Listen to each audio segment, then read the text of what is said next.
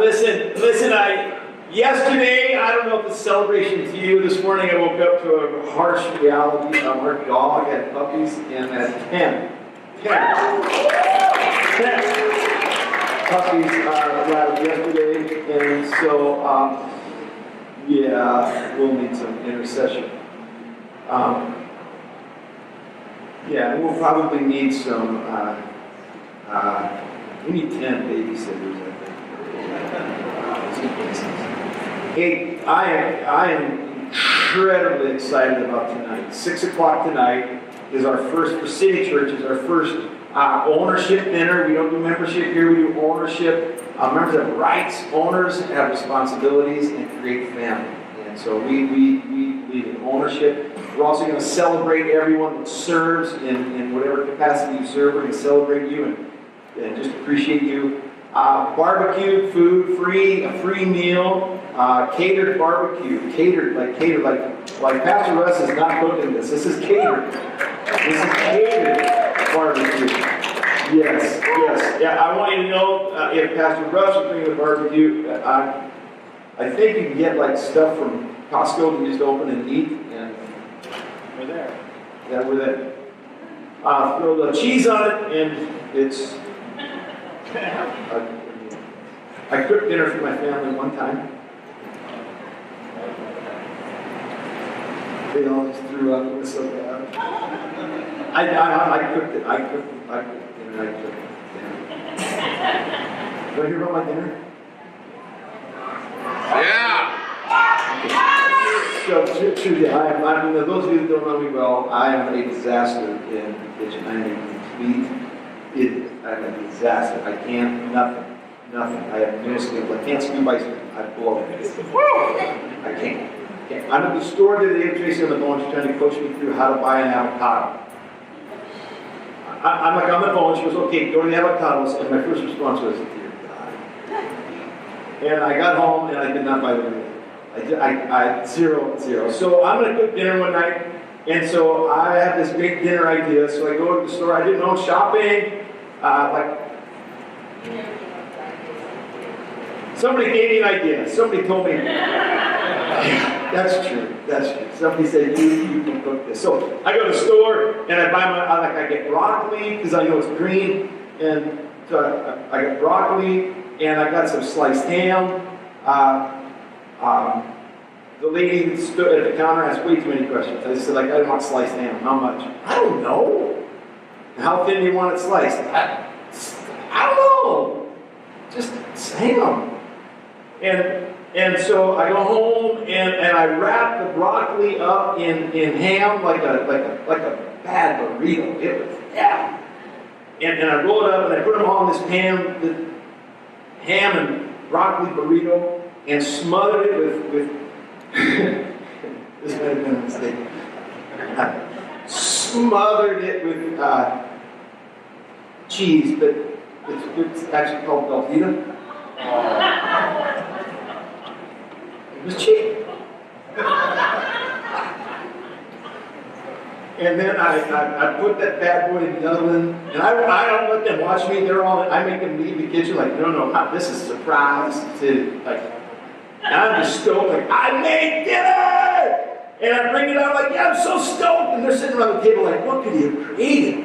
And I'm not, you can't make this up. I put it down, and I'm just so stoked, and I serve them all, and I promise you, everyone in the room took one bite.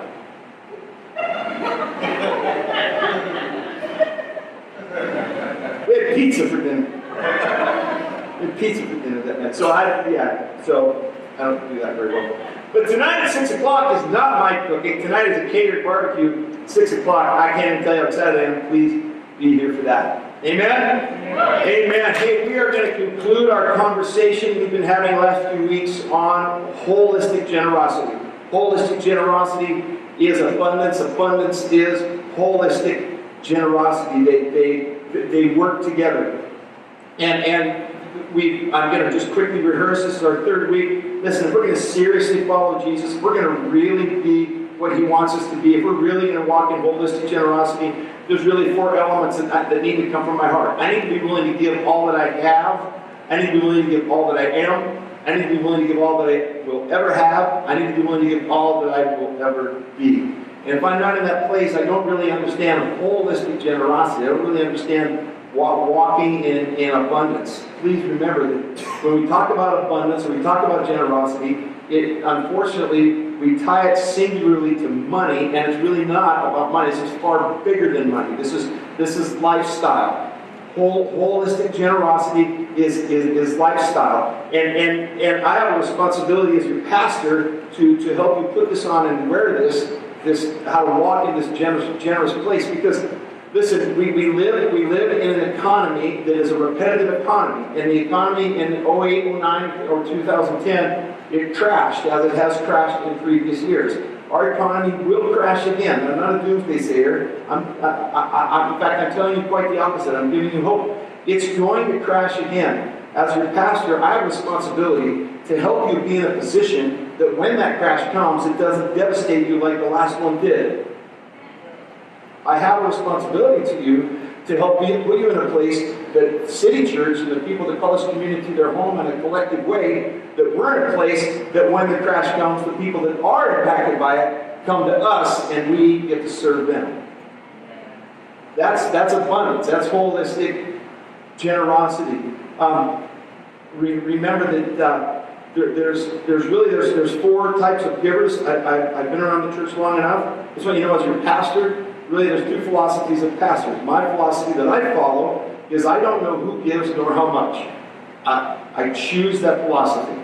There's another philosophy of pastors that say, no, you need to know who gives, you need to know how much they give, because if someone stops giving or someone decreases in giving, it may be a discipleship issue and you're missing an opportunity to disciple them and get their heart right. And I think that both philosophies could be backed by Scripture. I choose to go down this road because that's the road I feel like the Lord has told me to go down, is to not know who gives and not know how much. Now, I will tell you that when it comes to our Board of Elders, there is a standard, and I do know what our Board of Elders gives because I need to be able to stand before you and say, our Board of Elders tithes. But outside of that, I just choose not to know. But I do know in the church world, there's really four types of givers. I've been around long enough. First type of giver would be one that either doesn't give or gives sporadically. Second type of giver would be one that gives consistently but doesn't tithe. Third type of giver would be the one that tithes but doesn't give an offering. And then the fourth type of giver would be one that tithes and gives an offering. I'm asking you at the conclusion of our conversation, I'm ask us all to take another step up that ladder of holistic generosity. Make a commitment not to me, not to this building, to each other that call this community home, to say for the next 6 months, I will take one more step up that ladder of holistic generosity and watch what God does through me and through this city. Remember, holistic generosity is really about a heart. The first week we talked about this. Remember, I talked about that holistic generosity is an act of worship. It's a part of worship.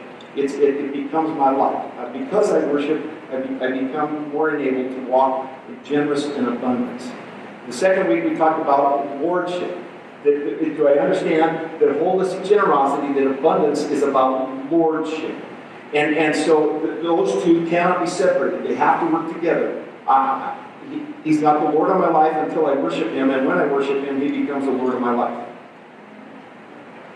Okay? They can't be separated. They coexist. And you can't say, well, He's not the Lord of my life, then you're not worshiping Him. Well, if He is the Lord of my life, then you are worshiping Him. They have to go together, and when they go together, and He becomes Lord of my life through a lifestyle of worship, I begin to be able to walk in holistic generosity, to be able to walk in an abundance without fear. I want to talk about our theme verse. Jesus tells us to pray on earth as it is in heaven. We're not praying from a place of lack. We're praying from a place of abundance. From heaven, on earth as it is in heaven. Our theme verse for the last 2 weeks has been 2 Corinthians chapter 9, verse 8. And it says, and God is able to bless you abundantly, so that in all things, at all times, having all you need, you will abound in every good work. You will abound in every good work. I love the stories. I love the stories of people that were down to nothing and they prayed and God showed up. The story of the young couple that sits at a table and they have no groceries, so they pray and they set a table and and they have the plate and the dishes, and they just by faith sit at the table, and there's a knock on the door, and it's someone that God said to him, I was told to bring food. I love those stories. I love stories of the missionary who has absolutely nothing, no resource. They pray, Jesus shows up. I love those stories. Tracy and I, at one time in our ministry, when we were working with an organization called Youth for Christ, we had to raise all of our financial support 100%. And there was one day where Tracy sat down, and she's always been very meticulous and excellent with her finances. And she sat down, she was paying our bills, and we were $700 short. We were $700 short. And we just prayed together, and at the end of our prayer, I promise you, at the end of our prayer, our phone rang, and that was back in the day when you left the phone at home. Our phone rang, answered the phone. It was a fellow that we knew, but barely. It was more of an acquaintance. And he said, hey, are you home right now? We said, yes. I said, great, God, I'm on my way over, and he can give you something. He showed up at the door, and he walks in, and he goes, hey, listen, I was going to bring you $200, but on the way here, God told me to stop at the bank and get another $5, so here's $700. And I love those kind of stories, and I celebrate those kinds of stories, but truly, I want to be the guy that knocks on the door and gives the $700. I want to be all things, all works for every good opportunity. Okay? So then we jump from 2 Corinthians 9:8 to 2 Corinthians 9:10. Look just 2 verses down. And watch this carefully. What I really want to do today, my plan today, we spend time on worship, we spend time on abundance. And remember, I believe in the tithe. I don't teach on money often. I do believe there's 52 weeks in a year, so as a pastor, I'm going to tithe 6 Sundays a year and teach on giving, 3 this and 3 in 6 months. 2 Corinthians 9:10 says, he who supplies, watch how this works, he who supplies seed to the sower and bread for food. Important that we don't let those two blend. He supplies seed for the sower and bread for food. It's 2 different items. He supplies seed for the sower and he supplies bread for food. We can't get those two mixed up. Why? What happens? Listen, it's foolishness to sow your bread. It will become moldy. It's just as foolish to eat your seed.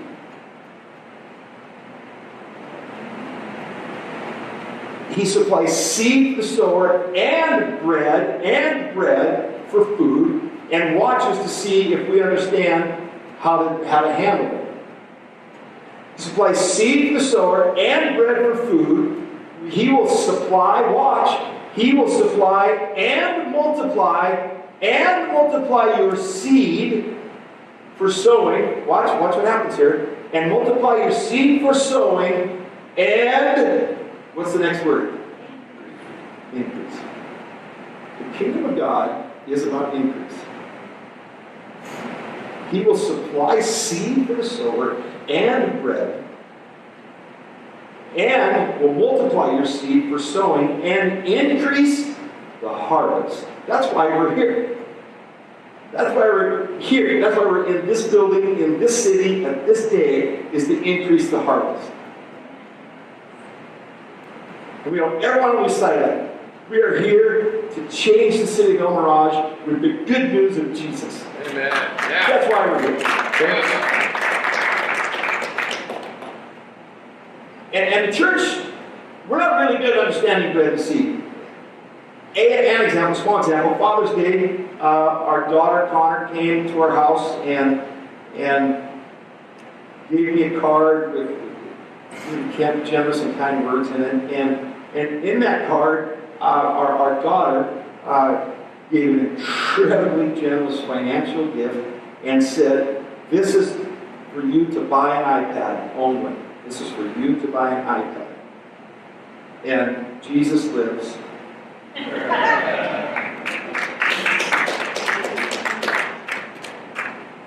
Here's the deal. She would be in trouble if that was her seed. That was her bread. Following? And she gave it to me as bread. This is bread. This is for you to eat. It would be foolish for me. I could, but it would be foolish to eat my seed, and it's just as foolish to sow my bread. You got that? Because he wants to multiply our seed for the harvest. Okay, You guys, listen, I don't work in the 9 o'clock service, like they are mean people. You just grab help here. We're going to talk about tithe, and I hope to bring a picture about tithing that really isn't taught well in the church. Tithe isn't taught great in the church. And there's so much I could go. I promise I could preach at least 9 or 10 weeks on just tithe. It's so deep. It's such a big topic. I just for an example, I could spend weeks just on Malachi 3:10 that says, bring your tithes to the storehouse. That word tithes is a plural word. There's 3 different tithes in the Hebrew mindset. That's not 1, it's 3. There's 3 tithes. Bring your tithes, plural, to the storehouse. What does that mean? I don't have time today to go there. We can have coffee, I'll tell you about it. I want to help us together a real perspective of tithe and how it really is a healthy way to look what tithe is. Matthew 22:15. I love this story because the Pharisees start complimenting Jesus and then they try to trap him. Watch this. Watch. And this really shows you what cowards they really were. Then the Pharisees went and plotted how to entangle Jesus in his words. And they sent their disciples. What a bunch of cowards! Hey, I don't know, let's try to trap him. All right, let's send a new guy. Let's send a new guy to talk to him. So they sent their disciples to him along with the Herodians, saying, Teacher, we know that you are true and teach the way of God truthfully, and you don't care about anyone's opinion, for you are not swayed by appearances. This is true. And here is Jesus' kind, soft, politically correct response. And he answers them. Tell us then, what do you think is lawful? Is it lawful to pay taxes to Caesar or not? Jesus, aware of their malice, said, Why do you put me to test, you hypocrites? Show me the coin for the tax. And they brought him a denarius, and Jesus said to them, Whose likeness and whose inscription is this? They said, Caesar's. Then he said to them, Therefore render to Caesar the things that are Caesar's, and to God the things that are God's. Now, there's a whole lot said here, and I only have time to pick through a few pieces of it. This statement right here by Jesus actually legitimizes taxes. Pay to Caesar what Caesar's. He just legitimizes the tax system. And he said, You've got what's God's. The Hebrew mindset, they knew one part, their tithe, 10%, wasn't theirs. So God says, You give to Caesar what's Caesar's, and you give to God what's God's. Now here's what we do. Jesus legitimizes the tax system, and here's what we do. We complain about having to pay taxes. Mindset. If I'm paying more taxes, I'm making more money. Depends on how you want to look at it. And as I said last week, if you'd like to go to a country with a corrupt government, if you'd like to go to Eric to Haiti sometime and see something that's corrupt and is out of control and live that for a while, you'll come back and think our broken system is a pretty good system. And we can be grateful for our taxes. We also live in a system that allows us to have tax breaks and tax loopholes, so you don't have to pay a lot of taxes if we offer it responsibly. So Jesus legitimizes the system, and we complain about the system he legitimizes. Amen, Pastor?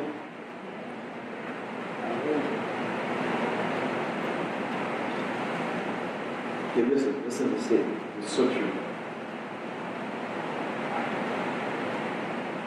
Poverty mentality only measures what I have to pay. It doesn't measure what I earn. Okay? Poverty mentality only measures how much am I given, not how much am I blessed. Does that make sense? And wholesome generosity and true abundance only will work for people that understand that spirit of worship and that spirit of lordship. It will only work if those two are combined and working in your life and in your own. Okay? Okay? Okay? Okay. Okay. Okay. In the Jewish culture, they paid the tithe. The tithe is 10%, the first fruits. But the misconception is the tithe came from the law.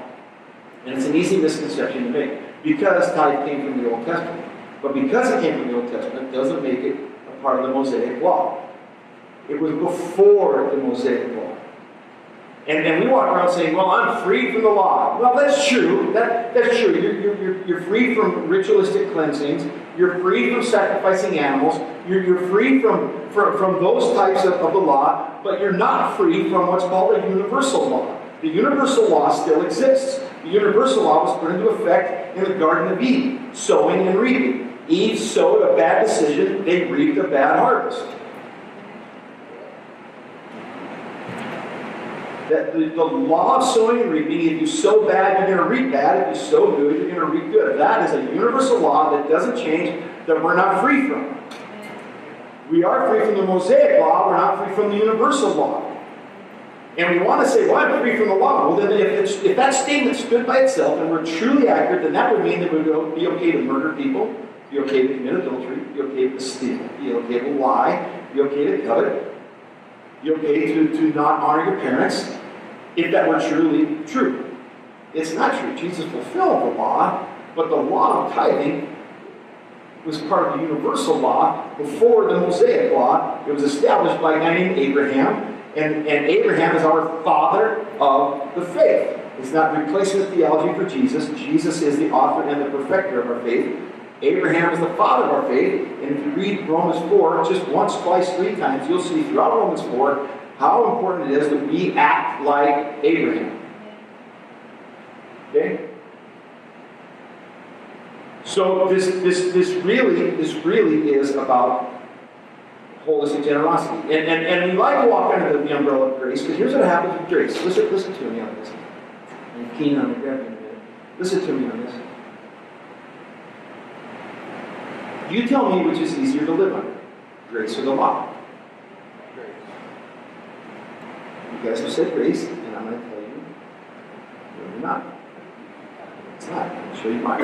We can say, under the law, thou shalt not murder. Under grace, Jesus says, if you even think a bad thought about someone, it's the same as murder. You tell me which is easier. Not kill him, but think bad thoughts about him? Or never think a bad thought about anyone? You ever thought a bad thought about anyone? You ever been on Grand in Sun City at 3 in the afternoon? You ever been on one-on-one at 5 o'clock?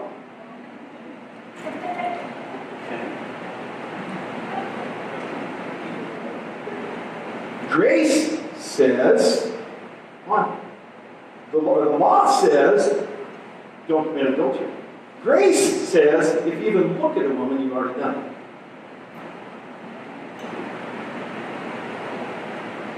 The standard goes up, doesn't go down. We're free from the law. Grace says, Jesus says, in the best sermon ever preached at all time, best sermon ever preached, Matthew 5, 6, and 7, best sermon ever given, Jesus says in that sermon, the things you want from your Father, you need to extravagantly give first. Blessed are those who give mercy, they will receive mercy.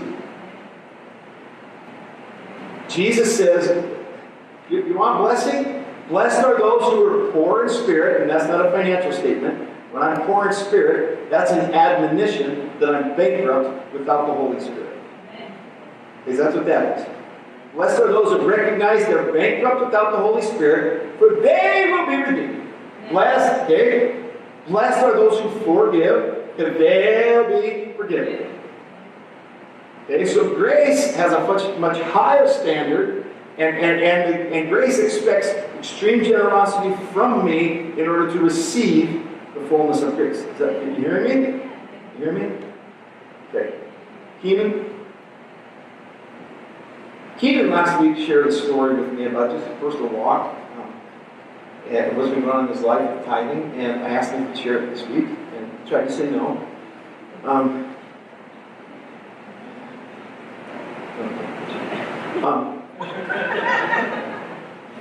And so I just really wanted to hear, I want you to hear Ian's story and just his heart in this area of tithing. I'm going to try to get through this least amount of standard as possible. So, I want to make sure I got it.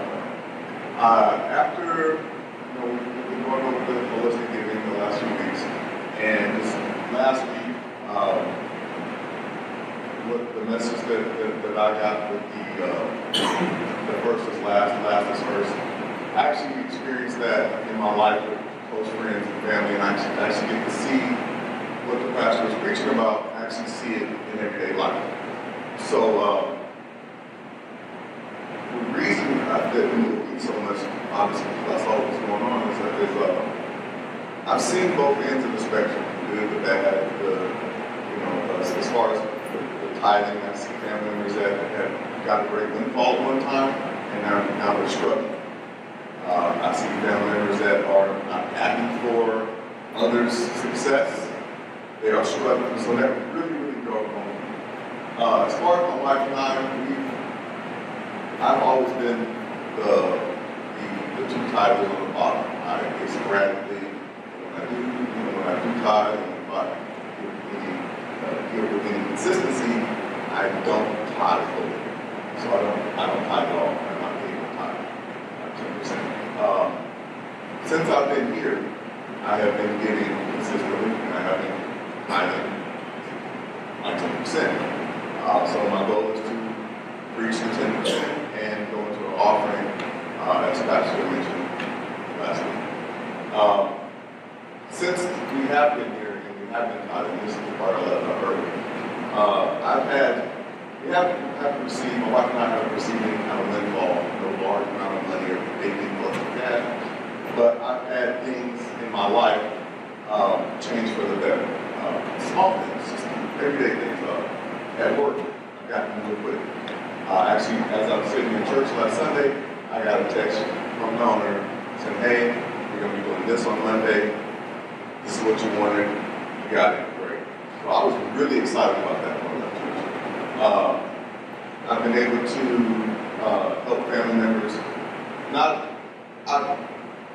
To make it simple, when Pastor speaks of the seed and the bread, I've had bread to pass on to sow into someone else's life. That's right. That's not, and that's not always been the case with me. But through my tithing, it has allowed my mind to open up, and I see money differently. I don't see it the same as I used to. It's given me some clarity. I've paid off bills and things like that that have been leaning over my head. Just in a short amount of time I've been attending church. I've never, ever give tithe consistently at the right amount. So I attribute these small wins in my life in the last 6 to 8 months to being here and tithing consistently and doing the things that I need to do. So. Amen.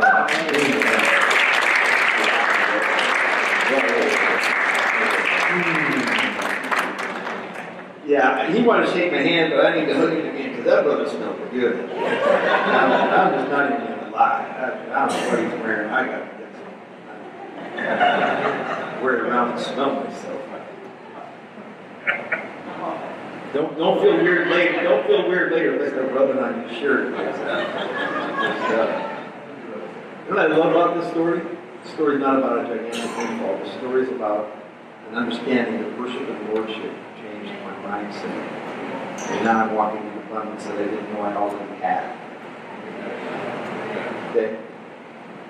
Dr. Luke writes in chapter 16, verse 10, he says, "And he who is faithful in what is least is faithful also in much. And he who is unjust in what is least is unjust in much. Therefore," now, watch what he says here. That verse 10, is not just about finances, by the way. It's about our kindness of our tongue. If you can't say thank you when you should, you're not going to be grateful when it's time to give someone a compliment. Okay. Verse 11. "Therefore, if you have not been faithful in the unrighteous mammon," and I need to land on that. That is not a money statement. That's a spiritual statement. Mammon was a spirit. It was an idol. It was a spirit of the Syrian day. And this is a spiritual statement. Unrighteous mammon. It's not, we read that and go, unrighteous money. No, the money that's in your pocket isn't right or wrong. It's not evil or good. What you do with it. Okay? This is about a spirit. If you're faithful in an unrighteous mammon, if you're faithful, who will commit to your trust true riches? In other words, when I'm walking through, and what spirit influences my decisions? That's what he's saying. Do I let an unjust, unselfish, poverty spirit make my decisions? Or do I make one out of holistic generosity make my decisions? And then he says, because really it's true riches. What are true riches? Here's a great definition of true riches. True riches is, I could buy everyone in here a steak dinner. That's worldly riches. True riches, we could buy one dinner and multiply it. Amen. Hallelujah. Therefore, if you have been faithful in unrighteous mammon, if you've been faithful in how you deal with the spirit world, I'll commit true riches to you. Verse 12. And, say and, one thought, also, and,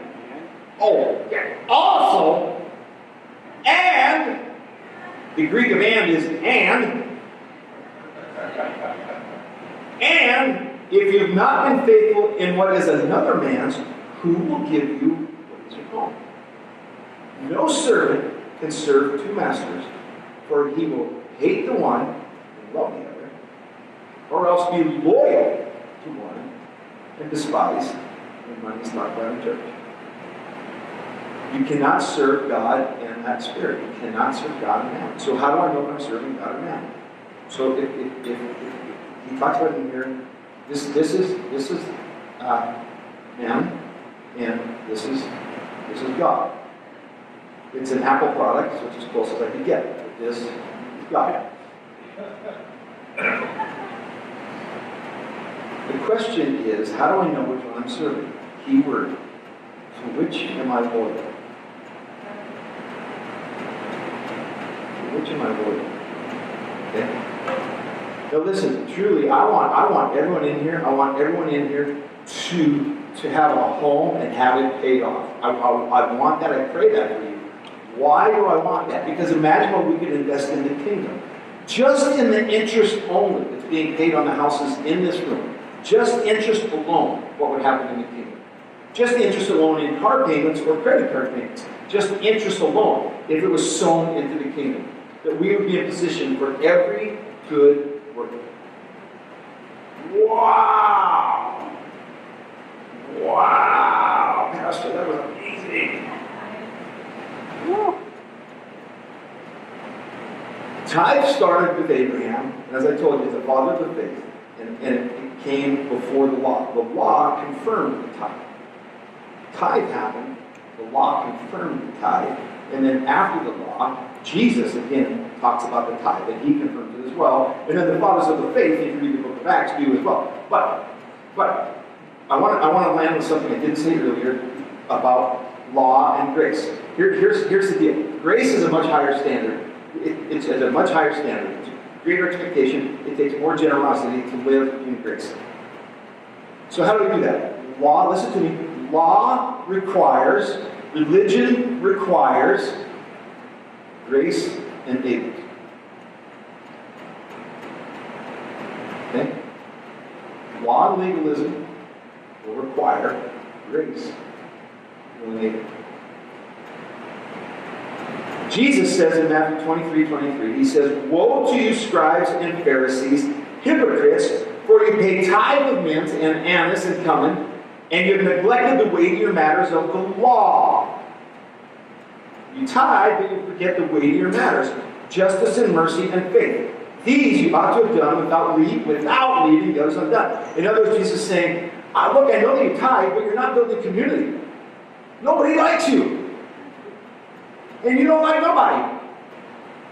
So stop being all righteous and religious and saying, I'm tithing, until you're also building community. And when you're building community, and you're being in a holistic generosity, and you're walking in abundance, and you're being kind, and you're building relationship, and you're increasing your community, now you're tithing and building community. Now you're worshiping and have lordship together. Okay? Listen to this. Listen to this. Israel was required. Israel, in the Jewish law, it was required that Israel not harvest the land, not farm the land every 7th year to be a Sabbath year. Farm for 6 years, the 7th year they would farm. There was a season where Israel went 490 years and did not obey that law. They did not give the land a rest for 490 years. They did it every 7 years. What's 1/70th of 490? 70. I used the calculator. Not that smart. 70. 1/70th. How long was Israel in exile? 70 years. You cannot keep what you withhold. It doesn't work in the kingdom. You can't keep what you withhold. If you're told, listen, let me take this up. If you're told to give something and you don't give it, even if it's not tithe, that's withholding.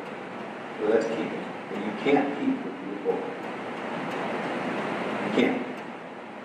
If you don't tithe, or if God tells you to give something beyond that and you don't, I promise you this, the demon of miscellaneous will take it from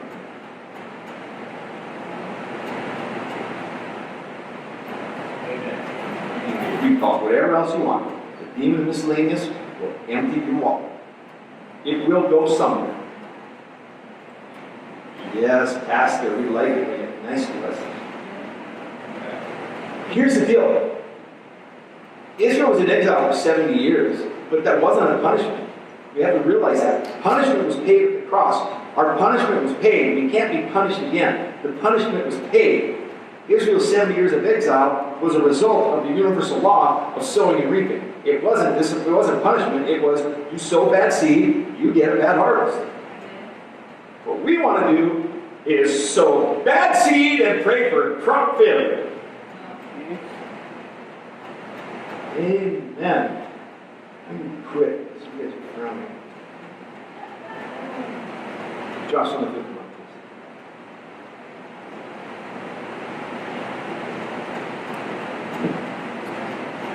this. Listen. Let's continue. The whole point of this is to be in position for every vision, forever. We live on limited days. We have a limited number of days. Lisa's father passed away last night. Is evidence of that one more time. We have a limited number of days. The Bible says, wise is the man who knows his days and counts them and does them. We have a limited number of days. Would you agree? If you don't, we need to visit.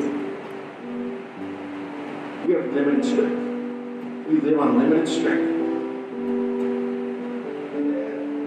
And our strength is weak in our lifetime, it's weak, and then it's strong, and then it gets weak again as we age.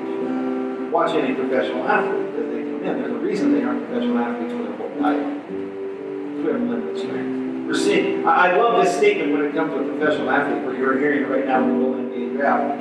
This kid has unlimited potential. No. His potential is very, very good. He's really good. But in 5, 6, 7 years, we're going to see limited potential.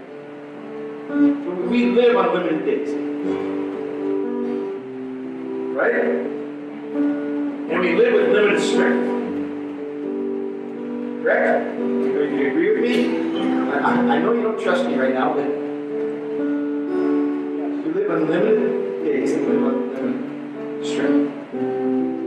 And so what we do is we use our limited days, we use them up with our limited strength. So we work 8 days a week. Listen, friend, no, we don't work 7 days a week. Don't go past only 7 days a week. No, we work 8 days a week because we do 7, 10, 12-hour days. So we take our very limited time and our very limited strength and try to use it to make an unlimited difference. And it doesn't happen that way. We are to take our limited time and our limited strength and use it to access unlimited supply. Okay? So as soon as I start doing this, I start hoarding, owning, grabbing, greedy, poverty, doesn't matter how much money I have, if I'm doing this, I am thinking that I am giving myself an unlimited supply through my limited efforts. It doesn't work that way. It doesn't work that way. You cannot outgive God. You cannot outgive God. You cannot outgive God. Our limited time, our limited strength, our limited resources given to God access unlimited supply. And when we start walking in an unlimited supply, we will truly, consistently, and long-term walk in that unlimited supply when we know as a result of worship and lordship, holistic abundance. Okay? Amen. I'm going to ask our guys to come on up with these cards. I'm going to ask each of you in here to fill out this card that I have a copy of here and make a commitment, not to me, not to this building, but to each other in this room. That for the next 6 months, you'll go one step up that ladder. Go ahead, guys, and start handing those out. And I'm going to ask you to do me a favor as you receive that card. It says at the beginning of that card, yes, exclamation point. And then it says beginning January 9th. Would you scratch that out and write July? Like you read that and go, oh, he's giving us six months to get ready.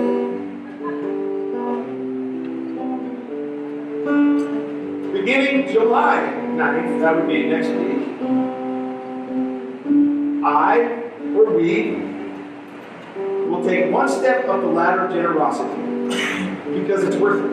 I or we will keep this commitment for the next 6 months. Your name, your email, and your signature.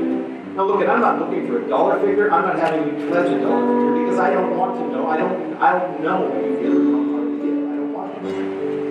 I am asking for this specific information because I want to keep in touch with you in the next 6 months and encourage you in how God's putting this church in a place for every good work. And encourage you for stories like Keenan's and let you know what God is doing through our understanding of holistic generosity as we walk out in abundance through worship and lordship. That's why I'm asking for this. And I'm asking you to sign it as just a level of commitment. Some people go, well, a piece of paper doesn't matter. Well, a piece of paper, if you buy a house, you get a piece of paper. If you buy a car, you get a piece of paper. If you get married, you get a piece of paper. When you're born, you get a piece of paper. There's a little bit of significance about that piece of paper in our life.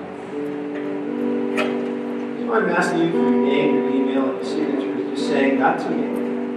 That's why it doesn't say yes, pastor. It just says yes. I'll make a commitment to this community. For the next 6 months, I'll go one step up that ladder. I'll become a consistent giver. I'll become a tither. I'll tithe and offer. I'll give extravagant above my tithe and offering. So we can get a place for every good work. Collectively, individually. Our guys are going to be at the door ready to see these cards from you as you go. I want to pray for you before we leave. I want to tell you 2 more details before we pray and close. I want to put this out there. First off, sometimes when we talk about the word tithe, there's a lot of questions. What is tithe? Do I tithe on this? Do I tithe on this? Do I tithe on that? What is? Do I tithe on that? Do I tithe on gross? What do I tithe on? If you have questions about tithe, what are the 3 tithes of Malachi? I'd be happy to meet you. We'll sit down and talk it out. I love coffee. I'd love to talk to you. Please don't give out of guilt or obligation. I will just walk through some of those questions or I don't have time to answer them. Secondly, if you're in a place where you just can't seem to get a grip on your budget, you just can't get those payments in order, just can't seem to get ahead of the game, Tracy and I, or I, both of us, or myself, we would love to sit with you and walk through that and help you create a very simple budget that will help you get ahead of the game. I have a responsibility to help you get ahead of the game. Tracy and I have gone through a couple of disastrous financial times in our lives, and the principles that we apply now, we wish we had learned earlier in our marriage to help us get in a healthy place, not in a healthy. But we do know principles that were very simple. If you spend an hour, 45 like minister with me, I can do very simple strategy on how to truly get ahead of Amy. Love you. Okay? 6 o'clock tonight, or should be barbecue. I'm thrilled about it. I'm like a little kid inside waiting for 6 o'clock tonight. Please join us. We stand and want to pray. Jesus, I love you. I thank you that you are the true picture of holistic generosity. You are the true picture of abundance. You are the true picture of grace. You are the true picture. And if everything we do, we would just look at you, we'd be so much better off. I pray we get good at that city church. Just looking at you and doing what you do.